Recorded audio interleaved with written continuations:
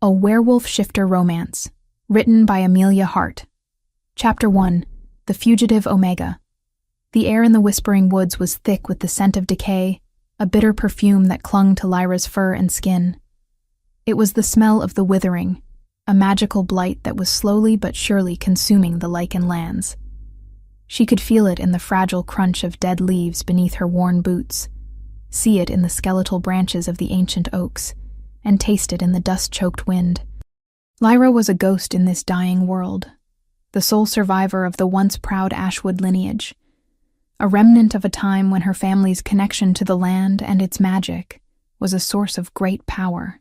Now that power was a forgotten whisper, and she, its last vessel, was a hunted fugitive with the lowest status imaginable, a mere omega. Her trauma was a physical weight she carried every day, a constant ache in her chest that rivaled the gnawing hunger. It had been years since the fall of her family and her subsequent rejection, but the memory was as fresh and searing as the brand on her neck. Her family, the Ashwoods, had been keepers of ancient knowledge, healers and peacemakers who held a delicate balance of power among the lichen packs. Their influence was respected, and their counsel sought by even the greatest alphas.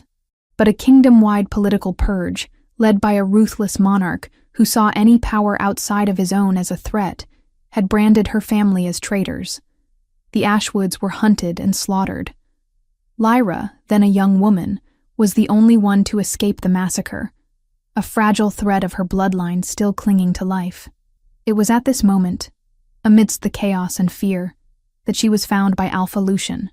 Lucian was not the architect of her family's demise, but a product of the same brutal political climate. He was the alpha of her pack, and destiny had decreed that she was his fated mate. A mate bond, a silken thread of destiny that she had felt pulling her to him her entire life, had hummed with promise before the purge. She had believed that their bond would be her salvation, a safe harbor from the coming storm.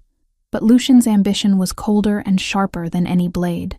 To ensure his pack's survival, and to prove his loyalty to the crown that had just decimated her family, he had to disavow the last Ashwood. He had to make a choice: protect his pack by sacrificing his mate, or face the fate that had befallen her lineage. He chose his pack. He had stood before the assembled packs, a king in all but name, and with a voice that carried through the terrified silence, he declared her a pariah. I, Alpha Lucian of the Silverwood Pack, reject Lyra, the last of the traitorous Ashwoods, as my mate, he had bellowed. The rejection was meant to be a ceremonial severing, a painful but bloodless act. But Lyra, fueled by a deep instinctual rage and sorrow for her lost family, had howled in defiance. In a fit of cold fury, Lucian had used his claws to score a brand across her neck, right where the mating bond would have blossomed, a brutal scar that symbolized not just rejection, but her fall to the status of Omega. With no family, no pack, and no status, she was cast into the lowest tier of lichen society. She became an Omega, a forgotten part of their world. She was cast out, and Lyra, barely clinging to her sanity, fled into the withering woods. The Alpha's rejection was a wound that never truly healed. It was a constant reminder that her kind, the peacekeepers and healers, were a relic, a soft, fragile part of their world that had been discarded in favor of brute strength and political power. The very laws of their supernatural world, the pack hierarchy, were built to keep her submissive and quiet. The Alphas commanded, the Betas enforced, and the Omegas were meant to be nothing more than a source of comfort and healing. But Lyra's healing power was different, deeper. Her lineage was said to have the ability to mend not just flesh, but the land itself. A forgotten truth, a fairy tale in the minds of a generation obsessed with dominance. For 4 long years, she had survived on her own, a ghost in the fading wilderness. She lived by her wits, avoiding the patrols of rogue wolves and keeping to the shadows. She knew the forest's secrets, where to find the last clean water, which berries would sustain her, and the best places to hide when the moon was full, and the wolves were out in force. Her magic was still dormant, a low thrum of unfulfilled potential deep within her. It was a power she didn't know how to wield, a gift that her ancestors had cherished, but that her peers now feared. The withering, however, was slowly sapping that strength, weakening her with every dying tree and every contaminated stream. She could feel the connection between her own life force and the land. A slow and agonizing drain. The incident that changed everything began with a sudden shift in the wind. Lyra, a creature of heightened senses, caught the metallic scent of armor and the earthy musk of well-fed wolves. Not the hungry, desperate rogues she was used to, but a pack with discipline and purpose. She ran, her heart a frantic drum against her ribs. She was a skilled runner, but she was weakened by the withering. They cornered her in a ravine, their numbers overwhelming. They were not from the Silverwood pack. Their scent was different, unfamiliar, a mix of mountain air and cold steel. The alpha of this new group was not present, but his command was felt. The wolves circled her, their eyes cold and their intent clear. They were not there to kill, but to capture. They didn't see a person. They saw a resource. They saw the legends of the last Omega's healing power, the last desperate hope for a dying kingdom. A huge beta with scarred fur stepped forward, his voice a low growl of authority. The Alpha King has requested your presence. Do not resist. Lyra's blood ran cold. The Alpha King, a name whispered with fear and reverence, a figure of ultimate power. She was no longer just a fugitive from her old pack. She was a pawn in a game of empires. She fought, a desperate feral thing, her small frame no match for their strength. They subdued her with a net of thick leather, and as the ropes tightened, she felt the familiar knot of dread in her stomach. Her past was catching up to her, not in the form of the man who broke her, but in the hands of another alpha, a different king.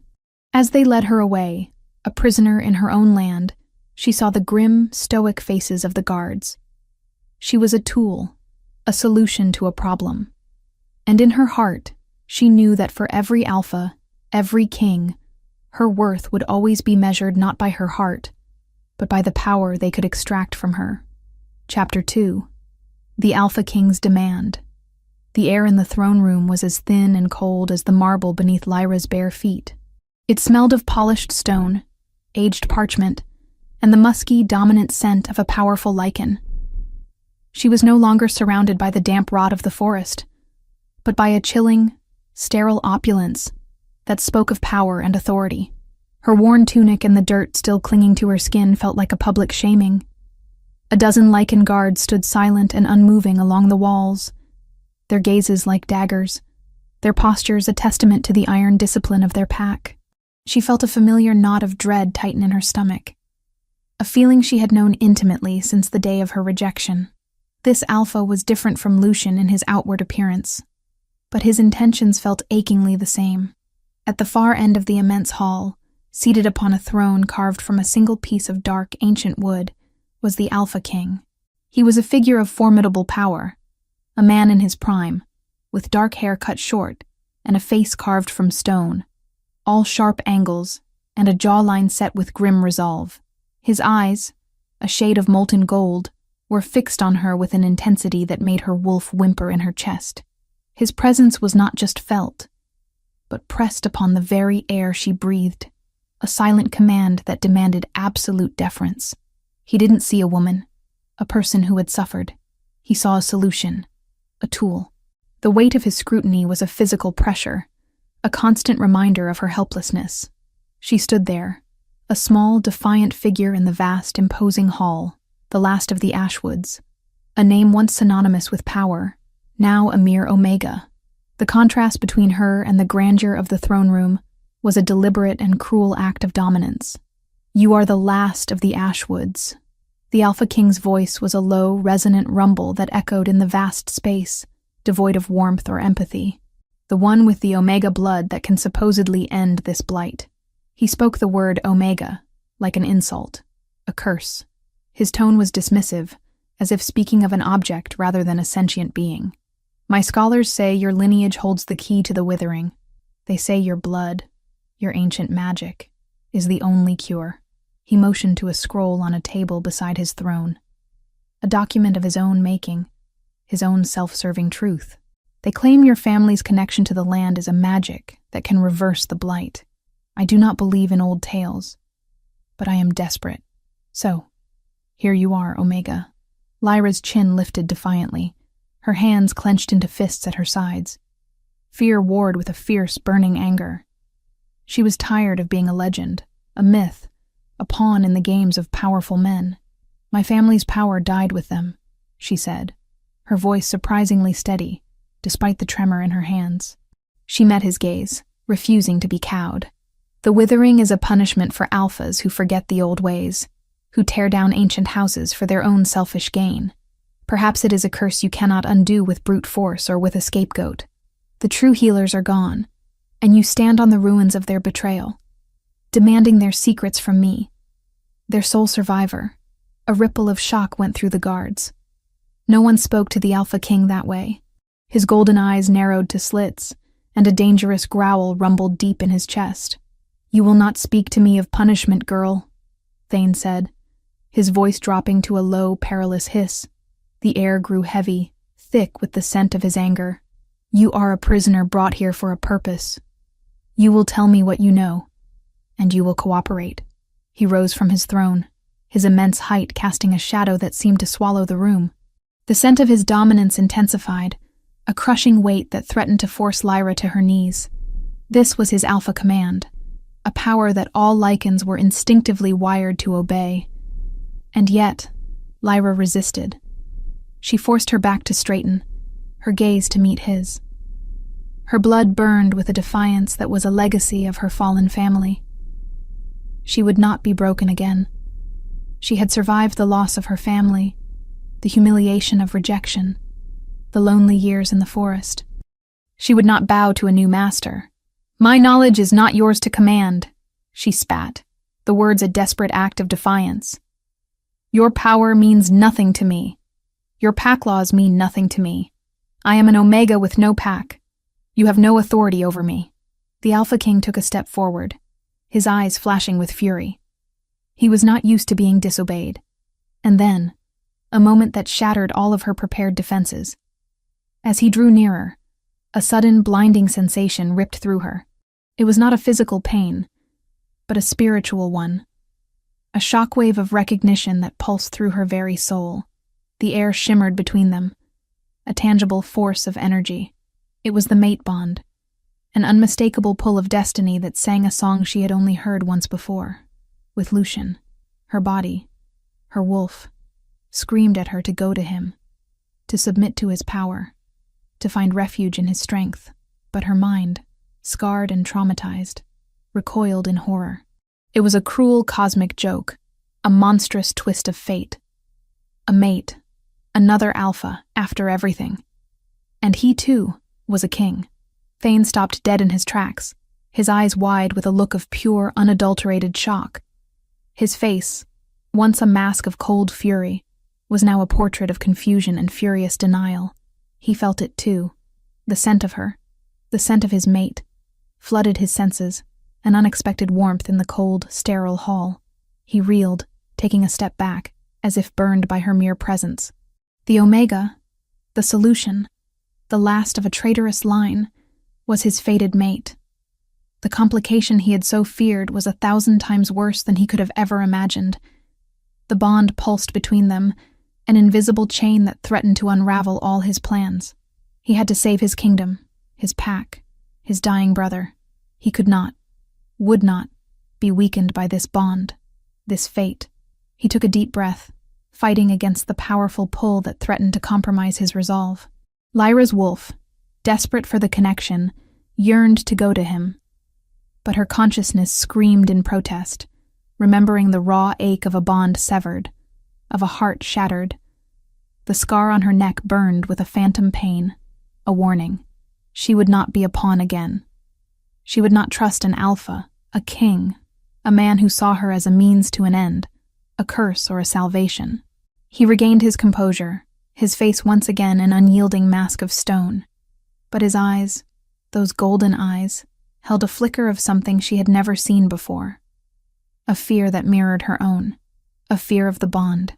"You will cooperate," he said again, his voice lower and more dangerous than before, the sound of a man trying to regain control. "Mate or not, you will save my kingdom. That is my command." The words were an order, a rejection of their destiny, a clear signal that to him, the kingdom came before her, just as it had for Lucian. Lyra's heart shattered all over again. Chapter 3. Beneath the king's armor. The gilded cage was a stark and silent prison. Lyra's new quarters in the Alpha King's fortress were luxurious beyond her wildest imagination. A plush feather mattress, tapestries of rich crimson depicting scenes of lichen battles and ancient hunts, and a hearth that kept the biting cold at bay. Yet, the air was heavy with the weight of her captivity. 2 guards, stoic and unwavering, stood sentinel outside her door at all times, their presence a constant reminder that she was not a guest, but a possession. She saw their suspicion in every glance they cast her way, in the way they handed her meals without meeting her eyes. They did not see the Omega, the outcast. They saw a last resort, a potential cure for the blight that was slowly stealing their world. They saw a sorceress, a thing of dark magic, a person to be watched and distrusted. Lyra, with a heavy heart, felt a profound loneliness that even the Whispering Woods had never inflicted. There, at least, she was free.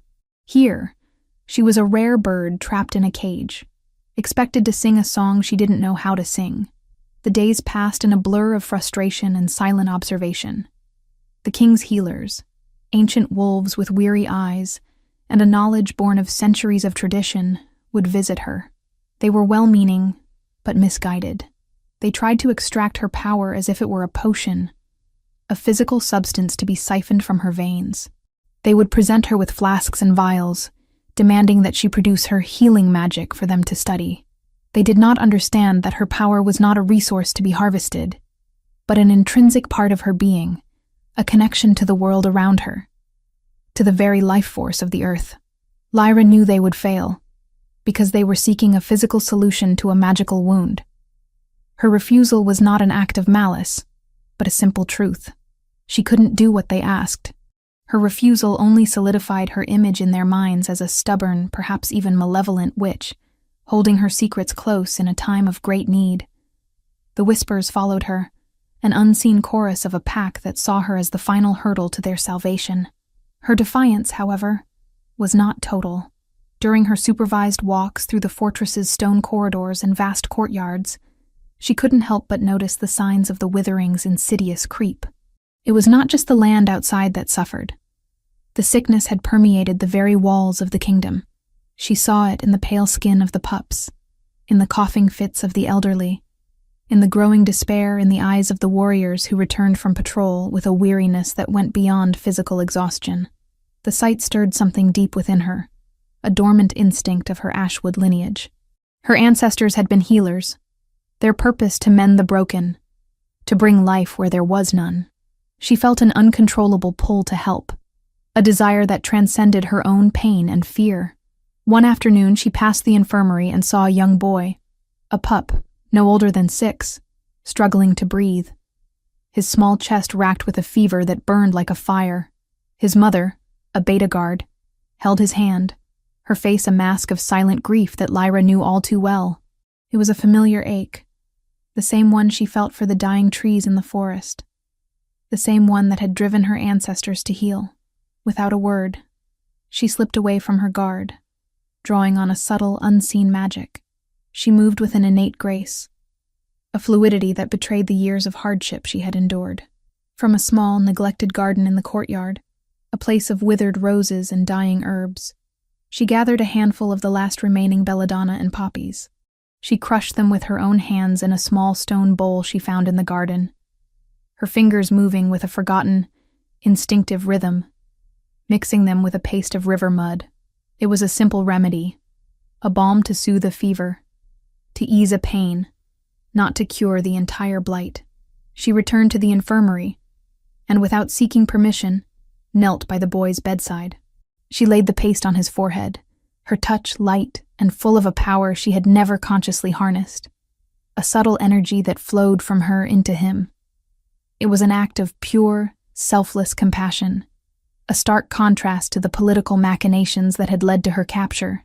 The beta guard, stunned into silence by her action, could only watch as the heat radiating from the boy's skin subsided almost instantly, and a peaceful silence settled over the small room as he finally drifted into a much-needed slumber. Her healing was not a grand display, but a quiet, powerful grace. The news of Lyra's small miracle reached the Alpha King. Thane, who had been brooding in his study, contemplating his next move, was intrigued. The healers had failed, the scholars were at a loss, and yet the Omega had succeeded with a simple touch. He dismissed the guards and sought her out, finding her later, not in her room, but in the infirmary, tending to the boy's mother, offering her a soothing tea she had brewed from the withered herbs. Her face, usually a mask of stoic defiance, was softened with empathy. Her golden brown eyes alight with a kindness that seemed to contradict everything he had been told about the last Ashwood. It was in that moment that Thane saw something more than a tool. He saw a person. He dismissed the guards and stood over her, his presence no longer an overbearing command, but a quiet, heavy question. "Why?" he asked, his voice low, his golden eyes searching hers for a truth he couldn't find in her files. "Why help them? After everything we've done to you? After my pack took you from your home? Why would you show such kindness?" Lyra looked at him, her gaze unwavering. She saw the exhaustion etched in the lines around his eyes, the weight of a kingdom on his broad shoulders. "You asked me to save your kingdom," she said, her voice soft but firm. "But a kingdom is not just a throne or a fortress. It is its people. My family taught me that true power lies in healing, not in conquering. The blight is a wound on all of us, on the land and on our hearts. And so, I will heal what I can, one person at a time. It is who I am." Her words hit him with the force of a blow. He saw the truth in her eyes, the genuine compassion that belied her low status. It was in that moment that he began to see beyond his own grief and desperation. He lowered his gaze, his voice a hoarse whisper, heavy with the burden he had carried alone for so long. "The blight is not just an external threat," he confessed, the words a bitter confession. "It has been in my own family for generations. My father, the previous king, succumbed to it. And now, it is slowly killing my younger brother, my only sibling, the heir to my throne. He is not strong enough to fight it. That is why I am so desperate. That is why I will do anything. He is all I have left." Lyra's heart broke for him. The cold, ruthless Alpha King was a man haunted by grief and the fear of losing his family, just as she had. The mate bond that had been a monstrous source of discord now pulsed with a new kind of energy. Empathy. It was no longer just an irresistible physical pull, but a profound emotional connection, a shared understanding of loss and fear. In that moment, Lyra saw the man beneath the crown, the brother beneath the king. She saw the loneliness he carried, and the fear that gnawed at his soul. And for the first time since her family's fall, she felt a glimmer of hope that perhaps, this time, her destiny would not be one of betrayal and pain, but of a shared purpose. Their bond had just deepened from a curse into a fragile, unspoken alliance built on a shared, agonizing pain. Chapter 4. The Unspoken Promise. The fragile alliance forged in the infirmary deepened with each passing day. Thane, no longer treating Lyra as a mere tool, began to seek her out with a quiet but undeniable purpose. He would come to her quarters, dismissing the guards with a curt nod, and sit across from her, the immense space between them now feeling less like a chasm and more like a bridge they were both too afraid to cross. He spoke of the kingdom's struggles, the political pressures, and the rising desperation of his pack. He spoke of the treaties he had to sign, the alphas he had to placate, and the ever-present threat of rogue packs at the borders. Lyra, in turn, spoke of the land. She taught him to read the signs of the withering, not just in the pale faces of the sick, but in the brittle grass outside the castle walls, in the stagnant water of the moat, and in the silence of the birds. She showed him how the withering was not an isolated disease, but a creeping rot that started from the heart of the land itself. She explained how her family, the Ashwoods, had not been warriors or conquerors, but tenders of life. They were the gardeners of the realm, and their strength lay not in violence but in patience and compassion. The tension between them was a palpable, living thing, a low hum of energy that filled every room they were in. It was a silent acknowledgement of the mate bond, a powerful magnetic pull that neither of them dared to speak of, a storm of repressed desire and fear. He saw her defiance not as insolence, but as a deep-seated strength born of unimaginable loss. He began to respect her, not for the power he hoped to extract, but for the resilience he saw in her every action. She, in turn, saw his cold exterior not as cruelty, but as the armor of a man carrying a burden too heavy to bear alone. They were two broken halves of a whole, two sides of a coin, a king burdened by his duty, and an Omega scarred by her past. The pull was irresistible, a force of nature that transcended their personal traumas and their opposing worlds. It manifested in stolen glances across a crowded hall, in the way his hand would linger a moment too long when he passed her a scroll or a map of the dying territories, in the way she would subtly lean into his presence, drawn to his warmth like a moth to a flame. The air would thicken whenever they were alone, charged with an unspoken need that made every breath a conscious effort. One evening, he brought her a new set of clothes, not the luxurious gowns of a Luna, but practical tunics and leggings made of soft, dark linen, clothes that a healer would wear. It was a quiet gesture, a small act of kindness that spoke volumes. "It is not for a queen," he said, his voice a low rumble, his golden eyes searching hers. "It is for you, so you can move freely, so you don't feel like a prisoner." His gaze was soft with an unspoken apology for her captivity, for the way he had once treated her. Lyra's heart fluttered. She saw in that moment that his motivations were not just for the good of the pack, but were becoming personal. She was no longer just a means to an end. She was becoming a person to him, a partner in his struggle. She began to understand his relentless drive was not born of simple power lust, but of a deep, paternalistic duty to his pack, and more importantly, to his brother. He would do anything to protect them, even if it meant sacrificing his own happiness, his own desires. His sense of responsibility was both his greatest strength and his most profound weakness. Just as a fragile trust began to blossom between them, the external obstacles started to manifest with a vengeance. A powerful beta named Seraphina, who had long harbored ambitions of becoming Thane's Luna, arrived at the fortress. She was a stunning lycaness with a cunning mind and a pack of her own, a political match of immense value. Her golden fur and sharp, calculating eyes made her a formidable rival, a woman who understood power in a way Lyra, the Omega, never could. Seraphina saw Lyra for what she was, a threat. She did not see a cursed Omega. She saw the mate bond, a spiritual tether that could disrupt all of her plans. Seraphina began to spread whispers among the guards and the court. She accused Lyra of being a witch, a bringer of the withering, and not its cure. She pointed out the scar on Lyra's neck as proof of her unworthiness and her demonic pacts, and she used every opportunity to undermine Lyra's budding influence in the court, painting her as a manipulative interloper who was taking advantage of the Alpha King's desperation. She was a master of political theater, a woman who understood that the hearts and minds of a pack could be swayed by fear as easily as by loyalty. Thane, caught between his duty and his deepening feelings for Lyra, grew tense. He knew Seraphina's motives and her power, and to dismiss her was to risk a political war he couldn't afford. But to allow her to continue her verbal assault on Lyra was to betray the trust he had so carefully built. The court, divided, watched with bated breath, witnessing the unspoken battle for the king's heart and the kingdom's future. The pack's law was clear. The king should mate with the strongest, the most politically advantageous partner. An Omega, a member of a fallen lineage, was not a choice. She was a liability.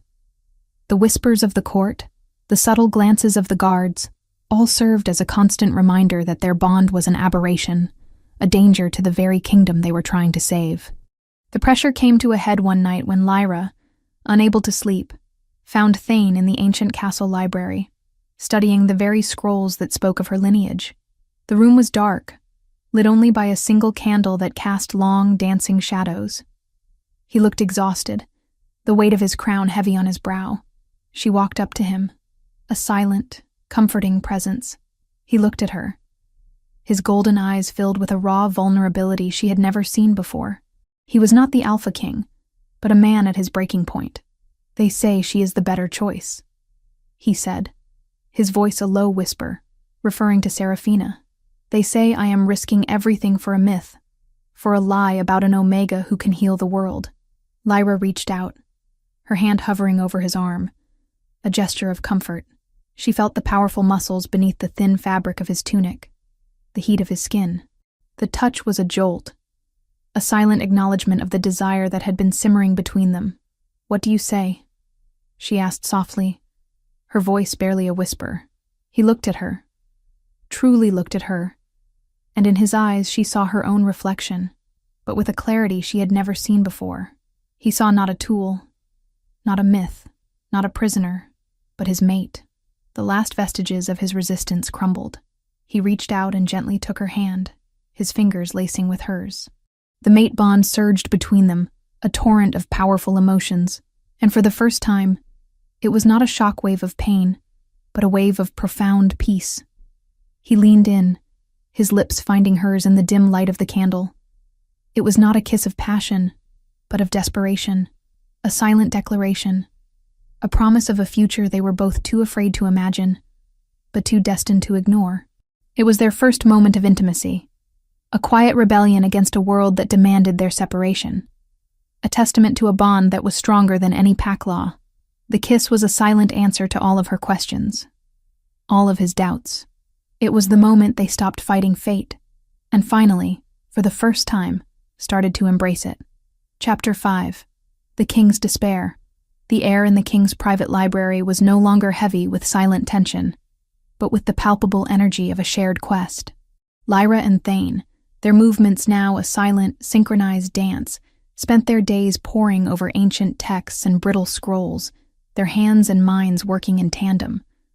The mate bond, once a source of bitter conflict, was now a low hum of connection that guided their every move, an unspoken promise in a world of uncertainty. It was the foundation of a trust that had been built on shared pain and a desperate hope for a future they were both too afraid to fully claim. One cold afternoon, while sifting through a forgotten cabinet behind a crumbling tapestry that depicted a forgotten war, they discovered a hidden chamber. Lyra, her senses finely tuned to the subtle magic of the castle, had felt a faint tremor of ancient power emanating from the wall. The chamber was a place untouched by time, smelling of dust, dried herbs, and forgotten magic.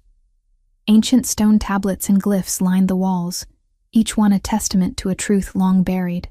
This was no ordinary storage room. It was a sanctuary of the old ways, a place of historical truth. Together, they painstakingly translated the faded carvings. The story was of a great king who, centuries ago, had betrayed his Omega mate for political power. His ambition was a mirror of the very disease that now plagued his line. In her anguish, the Omega did not die. She became a powerful witch, a being of immense magical capability, her sorrow transforming into a wellspring of potent, dark magic. Her name was Dahlia. The text described her grief and rage, and how she wove a curse into the very fabric of the kingdom, a blight that would slowly consume the land and its people, affecting the most powerful bloodlines first, a perpetual punishment for the Alpha's betrayal. The curse was an eternal reminder that the bond between an Alpha and an Omega was sacred, and that to break it for selfish gain was to invite ruin. The curse could only be broken by the union of an Alpha and an Omega who found each other not through a political arrangement, but through true, unwavering love. It was a curse that fed on broken bonds and shattered hearts, a cycle of cosmic justice that had been passed down through the generations. The withering was not a simple disease. It was a manifestation of a powerful witch's grief, and the only cure was an unbreakable bond of loyalty and love. Lyra's breath hitched in her throat as she traced the name Dahlia with a trembling finger. The revelation was a stunning blow, a confluence of history, destiny, and her own tragic past. It meant her Omega lineage and her healing powers were the key, but it also meant that Thane's kingdom was suffering because of a cosmic injustice that mirrored her own trauma. A king had betrayed his Omega, and the kingdom had paid the price. Thane, reading the translation over her shoulder, felt a profound shame. The truth of the curse was a devastating blow to his pride. to the very foundation of his kingship. His ancestors had been cursed not by an enemy, but by their own hubris. He looked at Lyra, seeing the ghost of the wronged Omega, the vengeful witch Dahlia in her eyes, and the mate bond pulsed between them with a newfound urgency, a desperate need to prove they were different. He reached out and gently took her hand, a silent promise to break the cycle, but their moment of revelation was cut tragically short.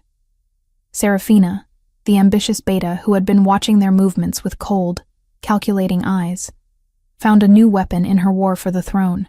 She had observed their frantic search, and when she learned of the ancient chamber, she made her move.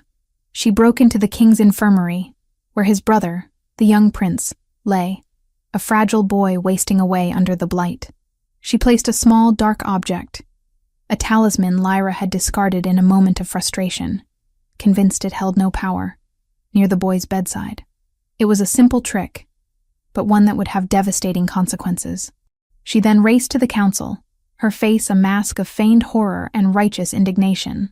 She pointed to the witchcraft in the chamber and the worsening condition of the prince, weaving a tale of a vengeful Omega who had used her dark magic to poison the king's heir and curse the kingdom. She painted Lyra as a dangerous sorceress who could not be trusted, her Omega status a cover for a malevolent heart.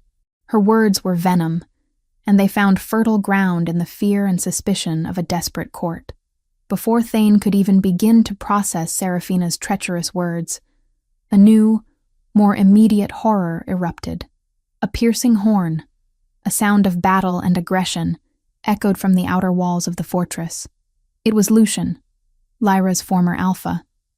He had heard whispers of the last Ashwood at the king's court, and had come to claim her, not out of love, but out of a ferocious, possessive rage. He wanted her power for himself, a prize to be won in a game of brute force. The battle was swift and brutal. Lucian's pack, a horde of desperate, half-starved wolves from the blighted lands, crashed against the fortress gates like a tidal wave of fury. The air filled with the growls of warring shifters, the clang of steel on steel, and the desperate cries of the pack members. The sound of destruction was a horrifying symphony, a chaotic prelude to a deeper, more personal tragedy. Thane, his mind reeling from the revelations and Seraphina's lies, was torn. His brother was dying, a civil war was brewing in his court, and his kingdom was under attack. Lucian's forces, a tidal wave of fury, breached the outer wall, and Thane, with his heart in his throat, had to make a terrible choice. His alpha instinct screamed at him to defend his pack, to protect his inner circle, to save his brother. He ordered his men to defend the inner keep, to protect the throne. While he rushed to the infirmary to check on his brother, he told his guards to bring Lyra to the safety of the keep, to protect her above all else. His last command an act of love and desperation. But in the chaos, Seraphina's forces intercepted her, and as she was being led away, Lucian's warriors, a sea of snarling faces, cornered her in a collapsing corridor. Lucian, a cruel, triumphant smirk on his face, stood before her. "The king's mate, is it?" he sneered, his wolf's eyes gleaming with malevolent intent. "I think not. The Omega belongs to me." Lyra, seeing Lucian's cruel smile, turned back, desperate for Thane to save her. She saw him, just for a moment, in the distance, standing in the crumbling courtyard, torn. He was looking at his dying kingdom, at his brother, and then at her. In that fraction of a second, that moment of agonizing hesitation, Lyra's heart shattered all over again. The pain was more profound than the first rejection. It was the crushing realization that history was repeating itself. The mate bond, which had felt so strong, so promising, suddenly snapped, a phantom pain ripping through her, a cruel echo of her first betrayal. Thane, too, felt the agonizing tear of the bond. He watched in horror as Lucian's men dragged Lyra away, her last desperate cry fading into the roar of battle. He had hesitated. He had been so focused on his duty, on his brother, on his kingdom, that he had, for a fleeting moment, chosen it over her. And in that moment, he lost everything. His kingdom was burning. His brother was dying. And the only hope he had to save them, the woman he was beginning to love, was gone. He was left alone in the heart of his crumbling kingdom. A king without a queen. A mate without a mate. A man consumed by a despair deeper than any curse. His world, his love, and his hope had just been ripped away, and all he had left was the bitter taste of his own failure. Chapter 6. The Phoenix of Ashwood. The fortress was a cacophony of carnage, but for Lyra the world had narrowed to a single horrifying point. Lucian's face. He was no longer the conflicted alpha she had known, but a monster of pure, unadulterated malice, his wolf's eyes gleaming with a possessive fire. His pack, a desperate and hungry mob, held her in a vice-like grip, dragging her through the collapsing corridors of the fortress, their growls a menacing soundtrack to her own spiraling despair. The last image of Thane, standing torn and indecisive, was a wound that bled a deeper pain than any physical injury. The mate bond, which had begun to feel like a tether of hope, had been brutally severed, leaving a hollow, aching void in her soul. History had repeated itself. The love she had dared to believe in had been, once again, sacrificed for duty. Lucian stopped in a grand hall, a place of broken statues and shattered windows, a testament to the brutal assault. He threw her to the ground with a cruel laugh. "Look at you," he sneered, circling her like a vulture. "The Alpha King's little Omega, the one they say can save the kingdom. How pathetic. You were always just a pretty story, a myth. Now you are mine." His words were a physical assault, a reminder of her powerlessness. His pack surrounded them, a circle of snarling, hungry wolves. She was a prize to be won, a tool to be used, and a trophy to be paraded. Lyra felt a surge of ancient feral rage. This was the man who had torn her family apart, who had branded her with his cruelty, who had stolen her future. He was a symbol of everything that had been taken from her. The betrayal was a fire in her blood, and for the first time, it was not a pain she wanted to endure, but a power she wanted to unleash. A low, guttural growl rose from her throat, a sound she didn't recognize. It was not the whimper of a victim, but the roar of a primal force. The scar on her neck, the mark of Lucian's rejection, began to burn with a white-hot intensity. The pain was excruciating, but it was a different kind of pain, not one of loss, but of awakening. The magic of her Ashwood lineage, dormant for centuries, began to stir. It was a wellspring of life, of power, of unyielding will. The air around her began to thrum with a subtle electric energy. The guards recoiled, their eyes wide with fear. They had expected an Omega, a fragile thing to be broken. They had not expected this. "What is this?" Lucian's voice was a snarl of confusion and rage. "What are you doing, Omega?" Lyra, her eyes now glowing with an ethereal golden light, slowly rose to her feet. "I am not your Omega," she said, her voice an echo of 1,000 ancient whispers. "I am not a tool. I am not a myth. I am Lyra, the last of the Ashwood line, and I am the curse breaker." The air crackled with a powerful, raw magic. She raised her hands, and the very ground beneath their feet began to tremble. Her healing power, once a gentle, nurturing force, was now a weapon. She drew the energy of the dying earth, of the withering itself, and turned it against her enemies. Vines, thick and thorny, erupted from the stone floor, wrapping around the legs of Lucian's men. The shattered statues in the hall began to crumble and reform, their stone dust swirling into a defensive vortex. She was not just a healer, she was a conduit, a vessel for the power of the land itself. The Ashwood magic, so long dormant, had awakened in a furious, protective blaze. Just as she was holding them at bay, Thane burst into the hall, his golden wolf form a blur of speed and rage. He had seen the fires, he had heard the screams, and he had felt the sickening snap of the mate bond.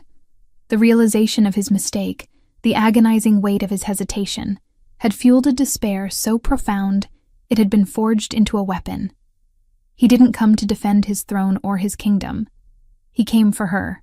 His heart was a furious drum in his chest, a desperate pulse of a love he had fought so long to deny.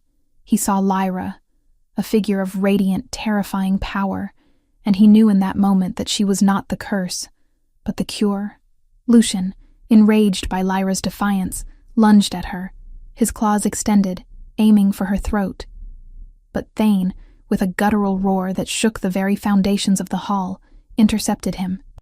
It was a clash of titans, two alphas locked in a furious deathmatch, one fighting for a stolen prize, the other for a love he had almost lost forever. Lucian was faster, a cunning warrior driven by greed. But Thane was stronger, fueled by a desperation that was 1,000 times more potent than ambition. He fought not with his mind, but with his soul. In the midst of the battle, Lucian, with a swift, malicious move, managed to land a crippling blow. He plunged his claws deep into Thane's side, and the Alpha King roared in pain, his body falling to the ground, blood seeping into the cold stone floor.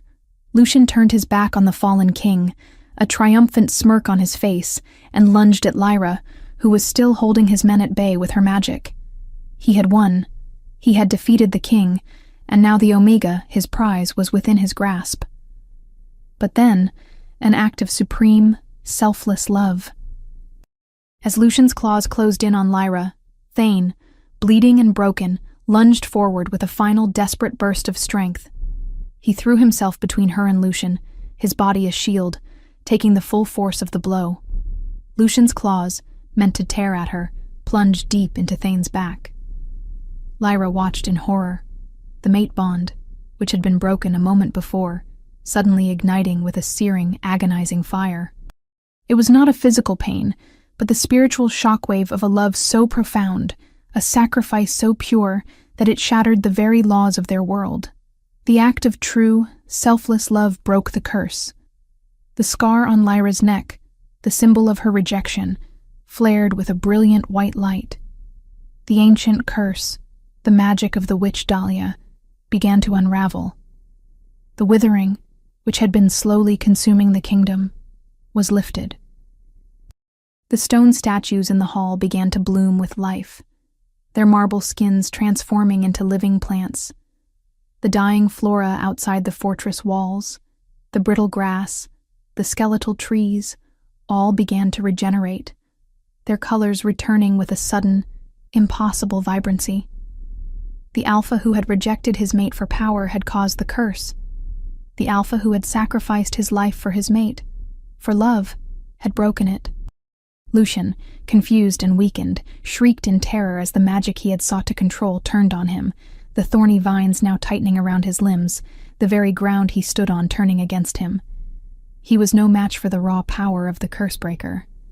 Lyra, her eyes now a compassionate but firm gold, turned to him. She didn't have to fight him anymore. The curse had done its work. The last thing she saw was his body, writhing and screaming, consumed by the very magic he had sought to steal. She knelt by Thane's side, her mate, her king, the man who had given his life for her. His breathing was shallow, his body limp. The mate bond, now a river of powerful, healing energy, coursed between them, and with tears in her eyes, she whispered his name, a desperate prayer in the silent, blossoming hall. His sacrifice had saved them all. But at what cost? The curse was broken. But was he? Chapter 7. The Mating Mark. The silence that fell upon the grand hall was a heavy, sacred thing, a stark contrast to the cacophony of battle that had just concluded. The air, once thick with the scent of fear, dust, and blood, now carried the intoxicating perfume of newly blossomed flowers and rich, fertile earth. Life, in its most vibrant and powerful form, was reclaiming the space. Lyra knelt beside Thane's prone body, her hands hovering over his grievous wounds. The mate bond, which had just ignited with a furious, life-giving light, now pulsed between them like a steady heartbeat, a river of powerful, healing energy that flowed from her heart directly to his. She was no longer just the last of the Ashwood lineage. She was the living heart of the kingdom, the physical manifestation of the Cursebreaker, a radiant force of nature in human form. With tears streaming down her face, tears of both grief and profound relief, she began to pour her magic into him. It was a power she had never truly understood, a force that had been a low hum of unfulfilled potential for years, a whisper in the back of her mind. Now, it was a torrent, a wellspring of life that flowed from her fingertips into his broken flesh. She saw the deep gashes left by Lucian's claws begin to knit themselves together, the raw, torn muscle and skin sealing with an impossible speed. The life force she poured into him was her own, a dangerous act of self-sacrifice. But she did not hesitate. The mate bond was a two-way street. His sacrifice for her had ignited her power, and her power now was what would save him. She leaned down, her face close to his, and whispered his name, a litany of love, a desperate prayer that was also a promise. Thane, I won't lose you. Not now. Not after you chose me. Thane's golden eyes, which had been glassy with the glaze of death, flickered open. He looked at her, his gaze clear and filled with an awe that transcended his physical pain. He saw not just his mate, but the true queen of his heart, a woman of impossible power and unwavering love. He saw the fire in her eyes, the life she was giving him, and he felt a wave of profound, humbling gratitude. He reached a shaking hand to her cheek, his fingers tracing the faint, shimmering symbol that had replaced Lucian's brand on her neck. It was the mark of her true power, the mark of the curse breaker, a radiant emblem of her destiny. With a groan of pain, a sound more of relief than agony, he sat up, his wounds now only faded scars, a testament to her healing. The final, definitive defeat of the external obstacles was at hand. Lucian, the defeated alpha, lay on the floor, his body ensnared by the very magic Lyra had unleashed. The thorny vines, an extension of her will, were a prison of living wood, a poetic justice for the man who had torn her world apart. His howls of rage and frustration were silenced by the tightening vines, a final fitting end for his cruelty. Seraphina, the jealous beta, and her loyalists, who had been hiding in the shadows, emerged to see the Alpha King rise and the Omega's undeniable display of power. Their faces, once filled with arrogance and ambition, were now pale with fear. They had believed their treachery was a means to an end, a path to power. But the sight of Lyra's magic, the healing of the king, and the blossoming life in the hall proved them wrong. Their whispers of witchcraft and ill intent were silenced by the irrefutable truth of what they had witnessed. They had no recourse. Their lies were transparent. Their ambitions were hollow. They were nothing more than a defeated faction, and their surrender was swift and absolute. Thane, now standing tall, his power fully restored, turned to his pack. He was not a king returning to his throne, but a mate returning to his purpose.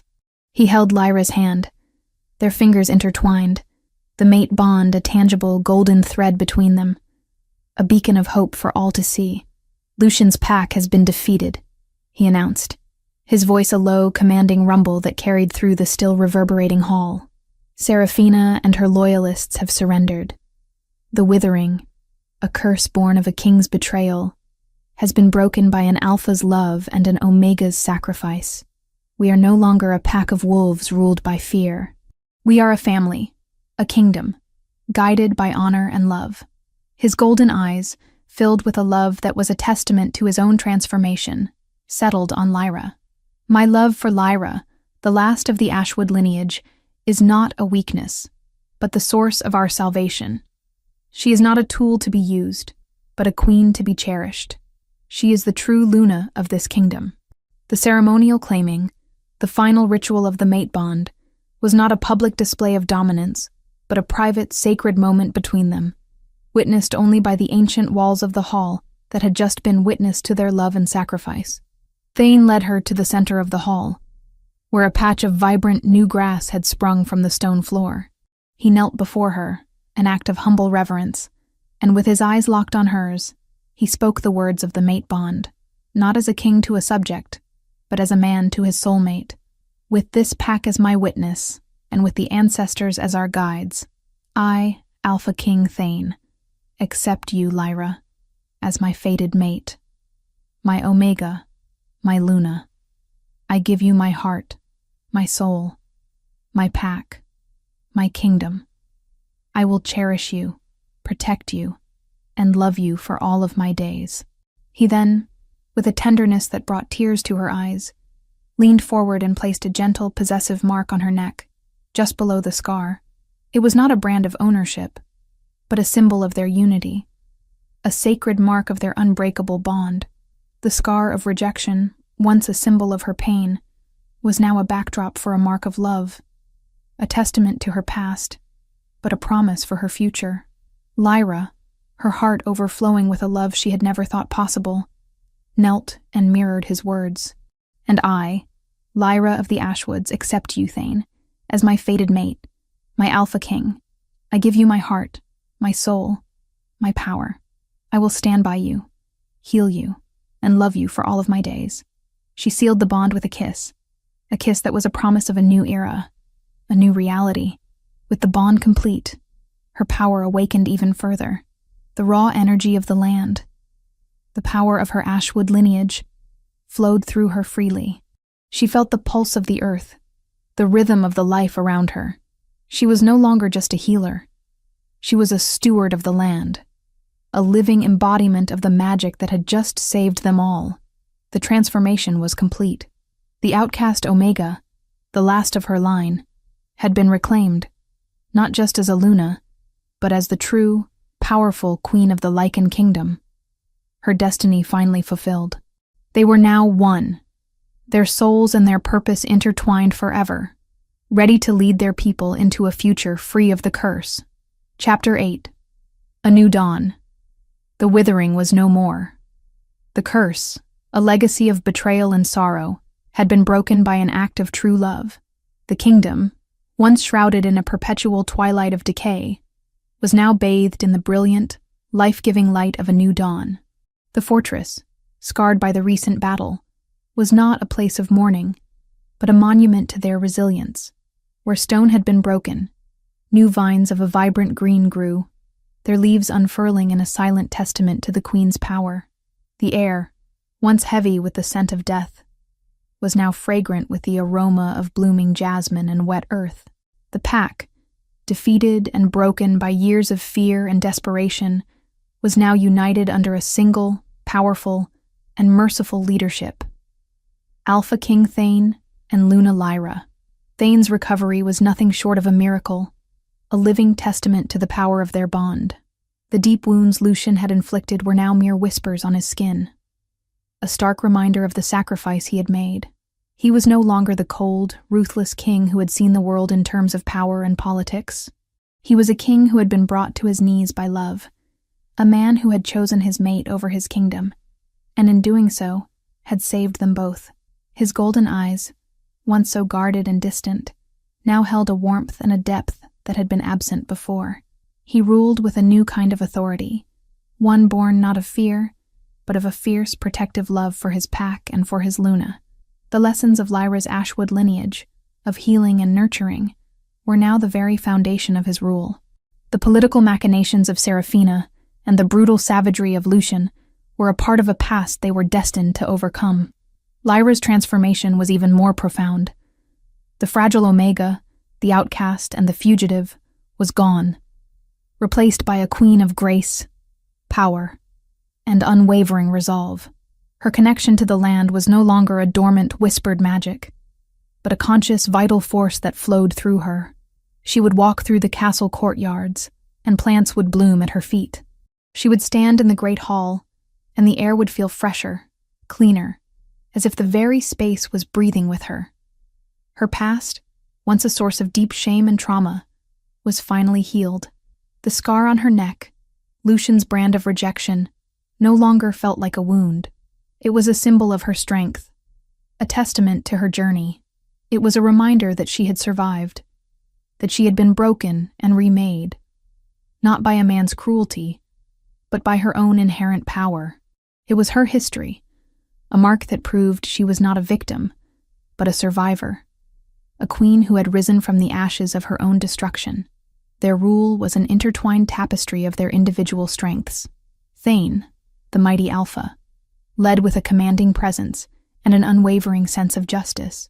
Lyra, the powerful Luna, ruled with a gentle hand, a nurturing spirit, and a wisdom that came from a deep connection to the life force of the world. He was the sword. She was the shield. He was the strength. She was the grace. Their decisions were made together, their hearts beating in a single rhythm, their wolves intertwined in a perfect, harmonious balance. The kingdom, in turn, began to flourish. The fields that had been barren for years became fertile once more.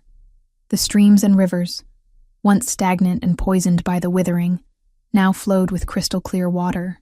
The pups, once listless and frail, grew strong and healthy, their laughter echoing through the halls of the fortress. The pack was no longer living in fear. They were thriving in a new era of peace and prosperity. In the midst of this new beginning, Lyra found herself looking at Thane not as the Alpha King who had saved her, but as her husband, her partner, her mate. He had not just rescued her from her captivity, he had given her a reason to live, a purpose, a family.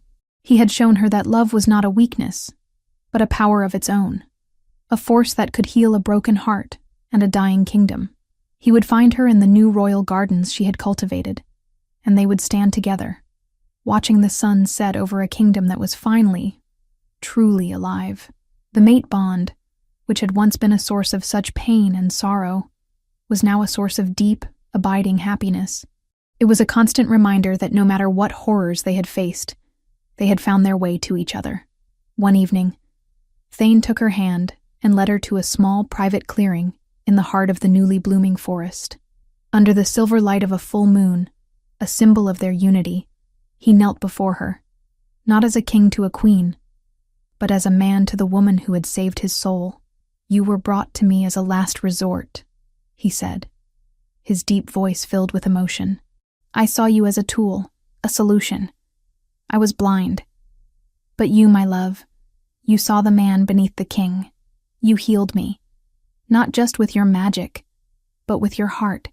You taught me that true strength isn't about how many we can conquer, but how many we can protect. My kingdom is no longer just my duty. It is our home, our family." He took her hand and gently kissed the back of it, his eyes filled with a devotion that shone brighter than the moon itself. "You didn't just heal our wounds, Lyra. You healed our hearts.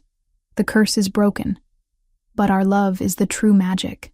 He then, with a love and a tenderness that was the culmination of their entire journey, gently pressed his lips to her neck, right over the mark of their mate bond. A final, definitive claiming. The wolves, black and white, strength and mercy, Alpha and Omega, two halves of a whole, were finally and forever united, their destinies intertwined in a story of love, betrayal, redemption, and a new beginning. They had found their happily ever after, not in a fairy tale, but in the heart of a kingdom they had rebuilt together. Lyra and Thane's tale is a testament to the fact that even in a world consumed by darkness, a single act of love can break the most ancient of curses. But theirs is not the only story waiting to be told. Across our lands, countless other souls are still struggling with their own sorrows, searching for a light to guide them out of the shadows. A true member of this new pack never abandons those still lost. By choosing to embrace a love that defied all odds, Lyra and Thane didn't just save their kingdom. They ignited a beacon of hope for every soul who has ever felt rejected, betrayed, or unheard. Their story is a promise that a new dawn will always follow the deepest night. Thank you for journeying with us to witness this beautiful new beginning. If this tale touched your heart, know that the magic it holds lives on, not just in this kingdom, but in every soul who believes in the power of a second chance. May their story echo through the ages and inspire others to find their own light.